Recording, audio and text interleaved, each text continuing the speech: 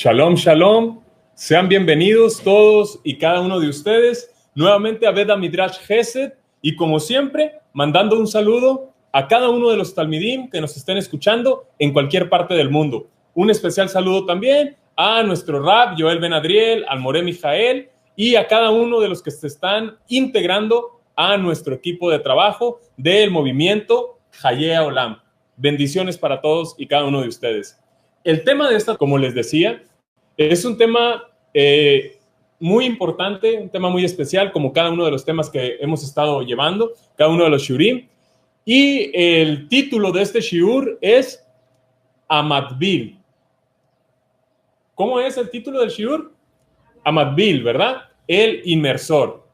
Y este es un shiur que da continuación a la serie de shiurim, a la serie de clases de Toldot Yeshua, es decir, de Sefer Matitya o el libro de Mateo, para que se entienda.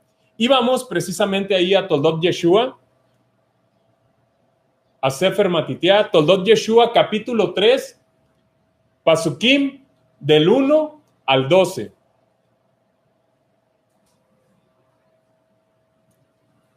Toldot Yeshua, capítulo 3, versos del 1 al 12. Y los voy a leer. Espero que ya todos lo tengan. Los demás pasukim, para irnos un poco más rapiditos, los pueden anotar, ya yo los voy a ir leyendo.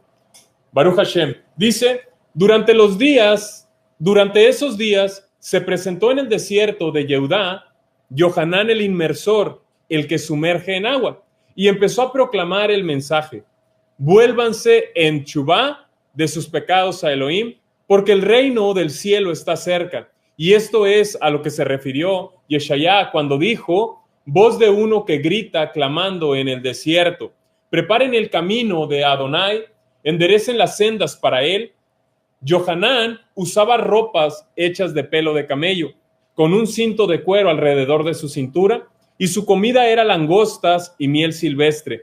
Entonces la gente venía a donde él estaba, a donde estaba él desde Jerusalén, desde todo Yehudá y desde toda la región alrededor del Jardín, confesando sus pecados. Eran sumergidos por él para purificación en el río Jardín. Pero cuando Yohanan vio que muchos de los Prushim y Tzedukim venían a ser sumergidos por él, les decía: ustedes son víboras. ¿Quién les avisó de huir del castigo venidero? Si ustedes en verdad se han vuelto haciendo teshuvá, produzcan frutos que lo demuestren. Y no piensen que ustedes se pueden consolar diciendo: Abraham es nuestro padre. Porque yo les digo que Elohim puede levantar hijos a Abraham aún de estas piedras. Es verdad que yo los sumerjo en agua para que ustedes se vuelvan en teshuvá, pero el que viene después de mí, cuyo calzado no soy digno de llevar, es más poderoso que yo. Él los sumergirá en el ruach. Ahí está, esta es la lectura para este shiur. Como pregunta, ¿quién fue Yohanan Amatbil? ¿Quién fue Yohanan Amatbil? Bueno, a él se le ha conocido tradicionalmente, y digo tradicionalmente, en el mundo occidental, como ¿quién? Como Juan el Bautista, aun cuando no bautizaba a nadie. Sin embargo, su verdadero nombre fue Yohanan ben Sejaryá. Yohanan, hijo de Sejaryá. Así se llamó él, Yohanan ben Sejaryá. Ese era su nombre. Y le nombraron Amatbil, que se puede traducir como el inmersor o el que sumerge en agua. Cuando digo que no bautizaba a nadie, es porque lo que hoy en día se conoce en el cristianismo como bautizo o bautismo no tiene nada que ver con lo que Rabí Yohanan ben Sejaryá llevaba a cabo. No tiene nada que ver. Lo que él hacía era, ¿qué? Tevilá, ¿verdad? Lo que él hacía era tevilá. Ahora, generalmente, dentro de los círculos religiosos, se cree que Juan el Bautista fue el precursor del bautismo. De una manera, lo voy a repetir nuevamente, lo que él hacía era tevilá. Generalmente dentro de los círculos religiosos se cree que Juan el Bautista fue el precursor de la práctica del bautismo. Es decir, que él fue el inventor o el primero en llevar a cabo los supuestos bautismos. Eso es lo que se dice, ¿verdad? O más bien lo que se cree. Y que generalmente los que practican el bautismo creen que están haciendo algo que inventó Yohanan, algo que inventó Juan, ¿verdad? Entonces, y practican ese bautismo de una manera casi milagrosa. ¿Por qué digo esto? Bueno, porque la mayoría lo hace esperando que los pecados de aquel que se bautiza sean borrados, ¿verdad? Cuando el pastor o el encargado los sumerge hacia atrás en las aguas de una alberca, de una pileta X, ¿verdad? Esto generalmente se realiza cuando las personas se convierten en seguidores de ciertas religiones. Un error muy, pero muy común dentro del mesianismo o en movimientos de raíces hebreas o personas que vienen a guardar Torah, es que dicen que la Torah enseña varios tipos de tevilot o varios tipos de inmersiones en las aguas. Y digo que esto es un error muy común porque incluso he visto algunos videos que dicen las 5, incluso las 9 tevilot. Las 9 tevilot. Y dicen que son diferentes tevilot. No. La Torah no enseña varios tipos de tevilot. ¿Sí se escuchó? La Torá no enseña varios tipos de tevilot. Lo que la Torá enseña es que se debe hacer tevilá por varios motivos. Eso es totalmente diferente. Repito, la Torá no enseña varios tipos de tevilot, sino varios motivos por los cuales debemos hacer tevilá. ¿Sí se entendió? ¿Se entendió o no se entendió? La Torá no enseña varios tipos de tevilot, es decir, muchos tevilot, no, enseña una sola tevilá, pero varios motivos por los cuales debemos de hacer esa tevilá. Eso es una gran diferencia. No existen varios tevilot, sino existe un solo tevilá. Lo que existen es varias razones, varios motivos por los cuales debemos de hacer el tevilá. Ahora citaré unos versos como ejemplo sobre lo que estoy diciendo. Estos los pueden anotar y los pueden leer en su casa con toda la paciencia del mundo. Vaikra, Levítico 12:6. Este tevilá o esta inmersión, que como les digo, no es un tipo de tevilá, sino un motivo para hacer tevilá. Este motivo es para las mujeres que dieron a luz. En Bamidbar, en Números, repito, Vaikra, Levítico 12:6 es para las mujeres que dieron a luz. Bamidbar, Números 19 del 11 al 12. Para los que se contaminan con un muerto. Y repito nuevamente, Bamidbar, Números 19 del 11 al 12, para los que se contaminan con un muerto.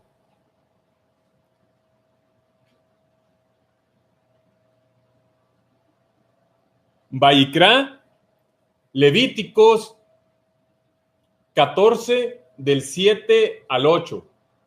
Vaikra, Levíticos 14 del 7 al 8. Para aquellos que habían tenido Zaraat, lo que se ha traducido como lepra. Vaikra también, Levíticos 15:16. Vaikra, Levíticos 15:16, para los hombres que hayan tenido flujo seminal. Siguiente, Vaikra, Levíticos 15:27. Para alguien que tocaba cosas manchadas con sangre menstrual. Como podemos ver, solo hay un tevilá, pero hay muchos motivos por los cuales debemos hacer tevilá. Además, el propósito claro del tevilá no es el perdón de pecados, sino la purificación corporal. Entonces, el tevilá no fue para perdón de pecados, sino para la purificación, para las purificaciones. Voy a repetir el último. Y el último lo encontramos en Vaikra, en Levíticos 15:27, y es para alguien que tocaba cosas manchadas con sangre menstrual. ¿Ya? Baruch Hashem. Rabí Yohanan ben Sejaria, Yohanan Amadbil, fue dedicado como nazir. Él fue dedicado como nazir. N-A-Z-I-R.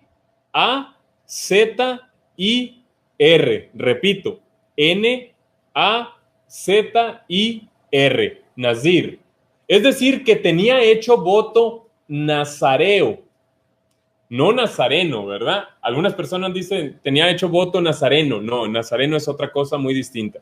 Él tenía hecho voto nazir. Él había sido apartado. Y esto lo podemos encontrar en Lucas 1:15. Lo pueden anotar y se los leo. Lucas 1:15. Dice, porque él será grande delante de los ojos de Hashem. Nunca beberá vino ni otro licor, y será lleno del Ruach HaKodesh, aún desde el vientre de su madre. Ahí está. Las personas que habían sido dedicadas o habían hecho voto nazir eran apartadas o separadas exclusivamente para el servicio de Hashem. Solamente. Las cosas que tenía que cumplir un nazir, es decir, un nazareo, las encontramos en Números, capítulo 6, versos del 1 al 8. Las cosas que tenía que cumplir un nazir, un nazareo, las encontramos en Números, capítulo 6, versos del 1 al 8. Y les voy a dar lectura. Y dice, habló Adonai a Moshe y le dijo, diles esto a los israelitas. Si un hombre o mujer se decide a hacer voto de nazir, consagrándose a Adonai, se abstendrá de vino y de bebidas embriagantes. No beberá vinagre de vino ni de bebida embriagante. Tampoco beberá ningún zumo de uvas, ni comerá uvas frescas o pasas en todo el tiempo de su nazireato. No tomará nada de lo que se obtiene de la vid, es decir, de la uva, ¿verdad? Desde el agraz hasta el orujo, en todos los días de su voto de nazireato, no pasará navaja por su cabeza, o más bien por su cabeza, hasta cumplirse los días por los que se consagró a Adonai. Será sagrado y se dejará crecer la cabellera. No se acercará en todos los días de su nazireato en honor de Adonai a ningún cadáver. Es decir, no podía acercarse a ningún cadáver. Ni por su padre, ni por su madre, ni por su hermano, ni por su hermana se manchará. En el caso de que murieran, pues lleva sobre su cabeza el nazireato de su Elohim. Todos los días de su nazireato es un consagrado a Adonai. Ahora, ¿cómo se imaginan a Rabí Yohanan Amadbil? ¿Cómo se lo imaginan? Después de todo de esto que acabamos de leer, dice de que no pasará navaja sobre su cabellera, dice que sobre su cabeza, y que dejaría crecer su cabello, ¿verdad? Dice que dejaría crecer su cabello. Entonces, ¿de qué tamaño sería su cabello? Yo he visto en algunas fotografías o dibujos que hacen, que ponen incluso a Yohanan, a Matbil, lo que las personas conocen como Juan el Bautista, incluso ya calvito, como un señor ya mayor. Recordemos que él, cuando murió, estaba alrededor de los 30 años. Entonces no podía ser ni un calvito, ni nada por el estilo. Al contrario, él debió tener su cabello demasiado largo, pero demasiado largo. Ok, ahora, ¿cómo la Torá sigue vigente este voto también? La persona que quiera el día de hoy hacer este voto puede hacerlo. La Torá sigue vigente y quien quiera dedicarse como nazir puede hacerlo hoy en día. Pero antes de que tome esa decisión, debe tomar en cuenta una cosa. ¿Qué cosa? De que hoy no hay Beit HaMikdash. No hay Beit HaMikdash, o sea, no hay templo, no existe el templo. Y el voto nazir se concluía, ¿cómo? ¿De qué manera? Haciendo sacrificios, con un sacrificio y con ofrenda. Por lo tanto, la persona que quisiera ser hoy un nazir, apartarse para el eterno de esta manera, lo sería para siempre, porque ya no podría concluir ese voto. Se podría hacer, de que se puede hacer el voto, sí se puede hacer, pero no podría ya concluirlo, no podía entregarlo o finalizarlo. ¿Por qué? Porque no hay Beit HaMikdash. Entonces, Yohanan HaMatbil fue, como dijo Rabenu Yehoshua, más que un Naví, más que un profeta. Y aunque el Keter o los escritos de los primeros discípulos fueron totalmente desjudaizados, debemos de poner bien en claro que Yohanan fue totalmente judío y practicante del judaísmo. Hay quienes lo asocian con los esenios, pero al decir verdad y en lo personal no creo que haya sido un esenio, y por muchas razones. Ahora, no solamente fue un practicante de Torah, un judío, sino que fue un rabino. Yohanan HaMatbil, Yohanan el Inmersor, Yohanan ben Zeharia, fue un rabí. Y no cualquier rabino, sino que fue el rabino de Yeshua HaMashiach. Y vamos a verlo. Ayer estuvimos tocando un tema respecto a eso. Y esto lo espero en próximos estudios dejarlo bien en claro acerca de que Yohanan HaMatbil fue el rabino de Yeshua HaMashiach.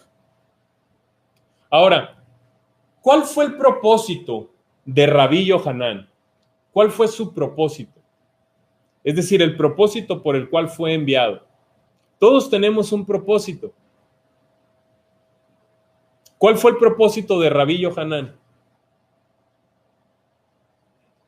Bueno, las interpretaciones cristianas y la mayoría de las mesiánicas sobre el propósito de Rabí Yohanan ben Zeharia son que él vino para preparar el camino del Mesías, ¿verdad? Si ya no he escuchado eso, Yohanan HaMatbil o Juan el Bautista vino a preparar el camino al Mesías. En el cristianismo se dice vino a preparar el camino del Cristo, ¿verdad? Pero esto, déjenme decirles que no tiene un soporte en el Tanaj, no tiene un soporte real. Vamos a aclarar este punto con la traducción Reina Valera del 60, ya que la mayoría de los cristianos e incluso de los mesiánicos utilizan o siguen utilizando esta traducción, ¿verdad? Entonces, los siguientes versos que leeremos se utilizan para decir que el único, principal y exclusivo propósito por el cual vino Rabí Yohanan ben Zeharia, mal llamado Juan el Bautista, fue para preparar el camino del Mesías. Y vamos a ver tres versos, tres pasajes en los cuales se fundamentan para decir que él vino solamente a preparar el camino del Mesías. Número 1, Meir, Marcos 1:2. La Besorá de Meir, Marcos 1:2, y como dije, vamos a leer de la versión del 60. Y ahí dice, como está escrito en Isaías el profeta, he aquí yo envío mi mensajero delante de tu faz, el cual preparará tu camino delante de ti. Ahí está. Número 2, con esto dicen, ahí está, él vino solamente a preparar el camino. ¿El camino de quién? El camino del Mesías. Número 2, Toldot Yeshua, es decir, Matitiá o Mateo 11:10. Toldot Yeshua o Mateo 11:10. Y dice, porque este es de quien está escrito. He aquí, yo envío mi mensajero delante de tu faz, el cual preparará tu camino delante de ti. Ahí está. Otra vez, las personas dicen, ahí está, él vino a preparar el camino de el Cristo, de el Mesías. Y número 3, Gilel, Lucas 7:27. Y dice, este es de quien está escrito, he aquí, envío mi mensajero delante de tu faz, el cual preparará tu camino delante de ti. Como dije, muchos dicen que el único propósito por el cual vino Rabí Yohanan ben Zeharia fue para preparar el camino del Mesías. Ahora, en cada uno de estos 3 ejemplos que acabamos de leer, dice, refiriéndose a Rabí Yohanan, como está escrito o de quien está escrito. Es decir, que cada vez que vemos en esos 3 pasajes que dice como está escrito o de quien está escrito, se está refiriendo a Yohanan Amadbil. Por lo tanto, los escritores de estos 3 pasajes que acabamos de leer tenían conocimiento de esta profecía. O sea, cuando ellos dijeron como está escrito o de quien está escrito, se referían a una profecía, lógicamente, ¿verdad? Y no solo eso, sino que al decir de quien está escrito es darle toda la autoridad a dicha profecía. Al decir ellos, como está escrito o de quien está escrito, es darle autoridad a esa profecía. Las profecías de las cuales se están hablando o se está hablando en esta ocasión es de Yeshayahu Anabí, Isaías, del profeta Isaías 43, ahí lo encontramos. Isaías, Yeshayahu Anabí 43. Y Malaquías 3:1. Ahí encontramos las 2 profecías. Y aquí vamos a ver algo muy interesante. Dice Yeshayahu Anabí, una voz que clama en el desierto dice, abrid camino al Eterno, preparad en el desierto un camino para nuestro Elohim. Esa es la primera.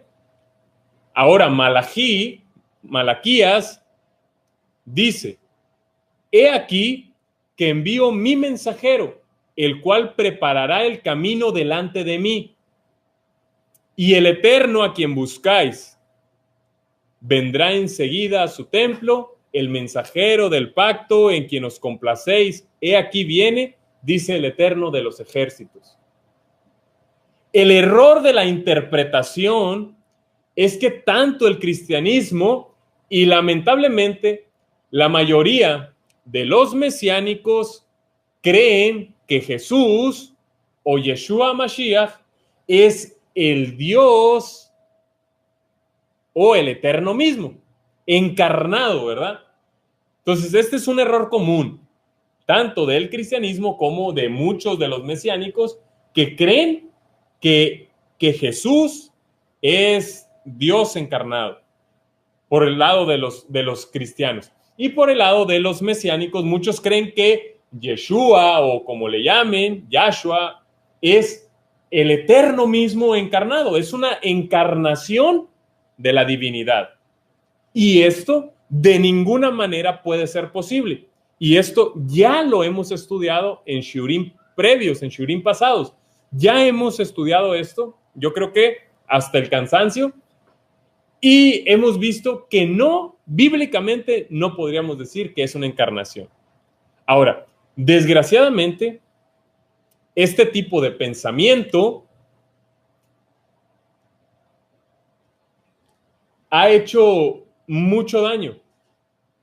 Este tipo de pensamiento, es decir, la encarnación divina, fue creada por el paganismo, porque en todas las culturas diferentes paganas tenían a su encarnación, a su divinidad, al hijo biológico de Dios, un ser divino completamente. Todo eso está plagado de paganismo y lo vemos desde la antigua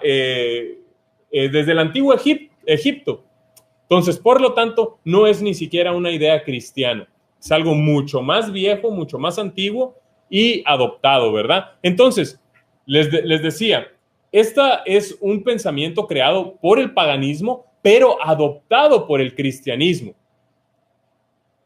Y influenció este pensamiento todas las traducciones. Todas las traducciones fueron influenciadas por este tipo de pensamiento. De modo que, como dijo Papías, ¿verdad? Uno de los padres de la iglesia, Mateo recogió los dichos en la lengua de los hebreos y cada quien las tradujo como podía. Y aquí yo agrego esto, como quería. Cada quien, según sus creencias, ha traducido como le ha parecido, como ha querido, ¿verdad? Entonces, si analizamos lo que dice Ishayahu Anabí y Malají, nos daremos cuenta que ambos pasajes dicen que tanto la voz que clama en el desierto de Isaías como el mensajero de Malaquías preparan un camino. Ambos. En ambas profecías se habla, en Isaías se habla de aquel que clama en el desierto y dice que preparará un camino. Y en Malají se habla del enviado que también preparará un camino.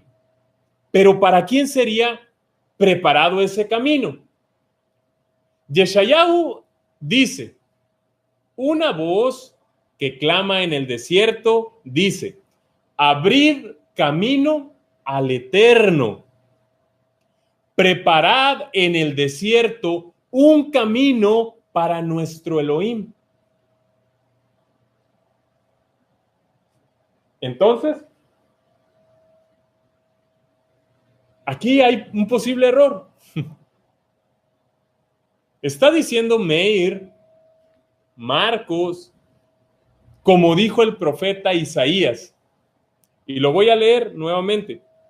Dice Marcos, Meir 1:2.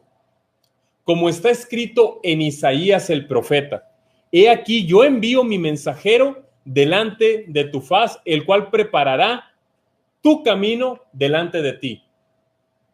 Ahora, si vemos, eso no es lo que dice Isaías. ¿Por qué Meir, por qué Marcos está escribiendo que como está escrito en Isaías el profeta? Pero eso no es lo que está escrito en Isaías el profeta. En Isaías dice, una voz que clama en el desierto, dice, abrid camino al Eterno, preparad en el desierto un camino para nuestro Elohim. Y en Marcos dice, en Marcos de Reina Valera dice, el cual preparará tu camino delante de ti. Preparará tu camino delante de ti. Se cambió la frase para nuestro Elohim y se cambió por delante de ti. Es por eso que les digo, hoy en día es propio también decirlo, que todas las traducciones tienen errores. ¿Por qué? Porque esos son traducciones. Hay quienes dicen que aquí, o lógicamente, quienes no creen en Yeshua como Mashiach,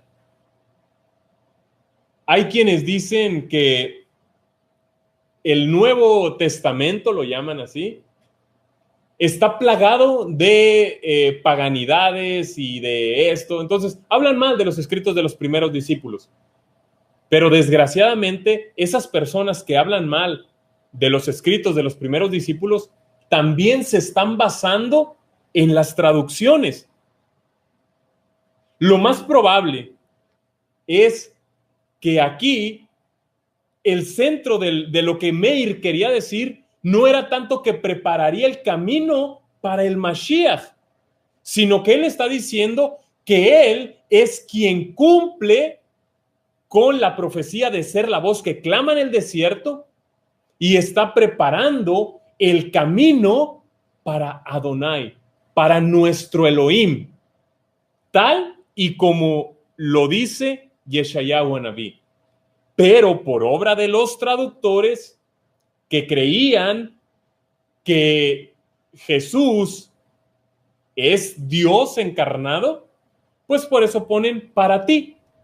Y ahí es donde se encuba el error y muchos dicen que defiende la Trinidad o la encarnación. Ahí está. En Isaías dice que para nuestro Elohim y acá dice para ti. Entonces de esa manera hacen Dios a Jesús o incluso hacen Elohim, hacen a Adonai, hacen el Elohim encarnado, al Eterno encarnado, a Yeshua, cosa que no puede ser.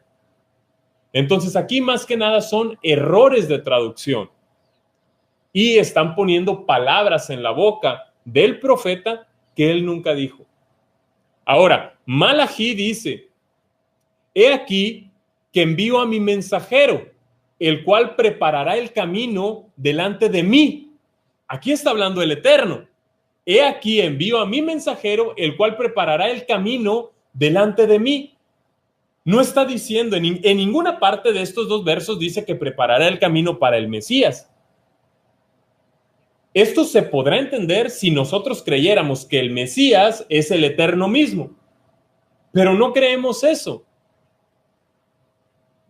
Entonces, como ya les dije, el cristianismo y mucho del mesianismo creen eso, que el Mesías es el Eterno encarnado, y por eso cambian lo que ahí dice, les conviene estos terribles errores de traducción.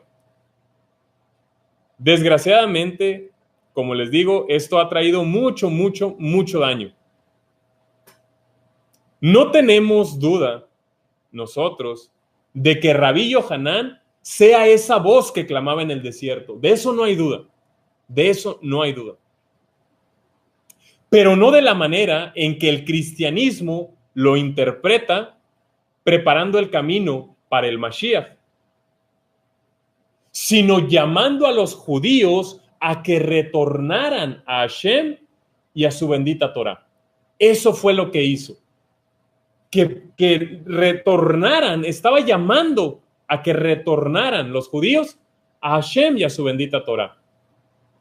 Y esto lo podemos corroborar si conocemos el mensaje central de lo que Rabí Yohanan exponía en el desierto.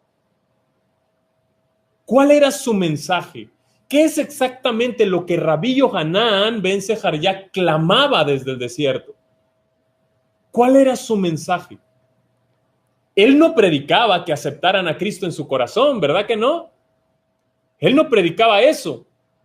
Él no predicaba que aceptaran a Cristo en su corazón y serían salvos.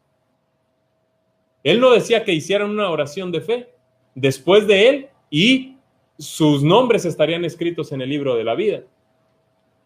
Él no predicaba eso. Ni siquiera existían los escritos de los primeros discípulos, mal llamado Nuevo Testamento. No existía nada de eso.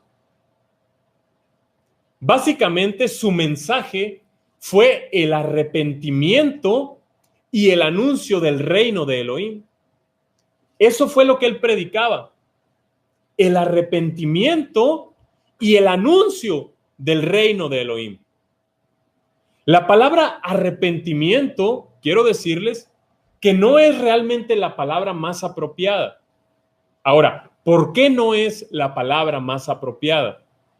Por el sentido y el uso que se le da en el español a esta palabra. Una persona puede arrepentirse de algo que hizo en el pasado, ¿verdad? Pero no precisamente quiere decir que ahora va a obedecer la Torá. De hecho, ninguna religión toma en cuenta la Torá para sus supuestos arrepentimientos. No es así. Pero en el judaísmo es muy diferente. Mateo 3, del 1 al 2, Sefer Matitiá o Toldot Yeshua 3, del 1 al 2 dice: en aquellos días se presentó Yohanan a Matbil proclamando en el desierto de Yehudá y diciendo: haced teshuvá, porque el reino del cielo está cerca. Haced teshuvá, porque el reino del cielo está cerca. Yohanan exhortaba al pueblo a hacer teshuvá, lo que se ha traducido como arrepentimiento, ya les dije. Teshuvá no significa arrepentimiento, sino retorno. Eso es lo que significa teshuvá, retorno. Teshuvá es retornar a Hashem y a su sagrada Torá. Eso es teshuvá. Teshuvá no es una palabra, sino es una acción. Es una acción. Ahora, ¿de dónde tenían que retornar? Si tenían que retornar, se supone que estaban en un lugar y regresar a otro. Debían de retornar de sus vidas llenas de pecado. De sus vidas llenas de pecado. Tengamos en cuenta que él le decía al pueblo que hiciera teshuvá por sus pecados. Pero si no entendemos qué es el pecado, no entenderemos tampoco el propósito por el cual vino Rabí Yohanan ben Zeharia. ¿Qué es el pecado? Porque si les decía que hicieran teshuvá, es decir, dejar sus pecados, tenemos que saber qué es el pecado. ¿Cuál es la percepción de pecado? Bueno, en la primer correspondencia de Yohanan a Sheliach nos da la definición de lo que es el pecado. Primera de Yohanan 3:4. Ahí encontramos la definición de lo que es el pecado. Mejor explicada, imposible. Dice: todo aquel que continúa pecando está violando la Torá, porque el pecado es transgresión a la Torá. Lo voy a repetir. Todo aquel que continúa pecando está violando la Torá, porque el pecado es transgresión a la Torá. El pecado es no cumplir con la Torá o la ley de Moshe Rabenu. Y esto es un claro ejemplo de que después de Yeshua a Mashiach, la Torá sigue vigente, ¿verdad? Él no vino a abolir la Torá, como el cristianismo enseña, que ya no es necesario guardar la Torá, que la Torá es una maldición y que esto. Él mismo dijo: yo no vine a abolir la Torá. Y aquí cuando Yohanan a Sheliach escribió esto, ya había pasado mucho tiempo, años después de la muerte y ascensión de Yeshua a Mashiach. Ya había pasado mucho tiempo. Entonces, ellos tenían o seguían teniendo el concepto de que la Torá, de que el pecado es violar, quebrantar u desobedecer lo que está escrito en la Torá. Entonces, que alguien le avise a Yohanan de que la Torá ya había pasado, ya no era necesario. No, ¿verdad? No. Ahora, tomando este principio de que, de que el pecado es quebrantar la Torá, la predicación de Rabí Yohanan ben Zeharia era que el pueblo retornara a Hashem y dejara de vivir transgrediendo la Torá. Eso es lo que él predicaba. Aunque se han hecho y se hicieron múltiples esfuerzos por desjudaizar el Keter, es decir, de quitarle todo lo judío a lo que mal llaman Nuevo Testamento, y aunque no les guste a muchos, tanto Yohanan Amatbil como Yeshua Rabenu y cada uno de sus talmidim, de sus discípulos, fueron judíos, observantes de la Torá y de las tradiciones de los sabios, aunque se ha mal interpretado todo lo que ahí dice. El mensaje de Yohanan sigue vigente, ya que es el mismo mensaje que daba Yeshua Meshijenu. Es el mismo mensaje de Yeshua Meshijenu. ¿Y cuál era ese mensaje? Que hicieran Shuvá, que retornaran a Hashem y a su sagrada Torá. Y ese es nuestro mensaje de la misma manera. Como discípulos de Rabenu Yehoshua Mashiach, ese es también nuestro mensaje. Shalom.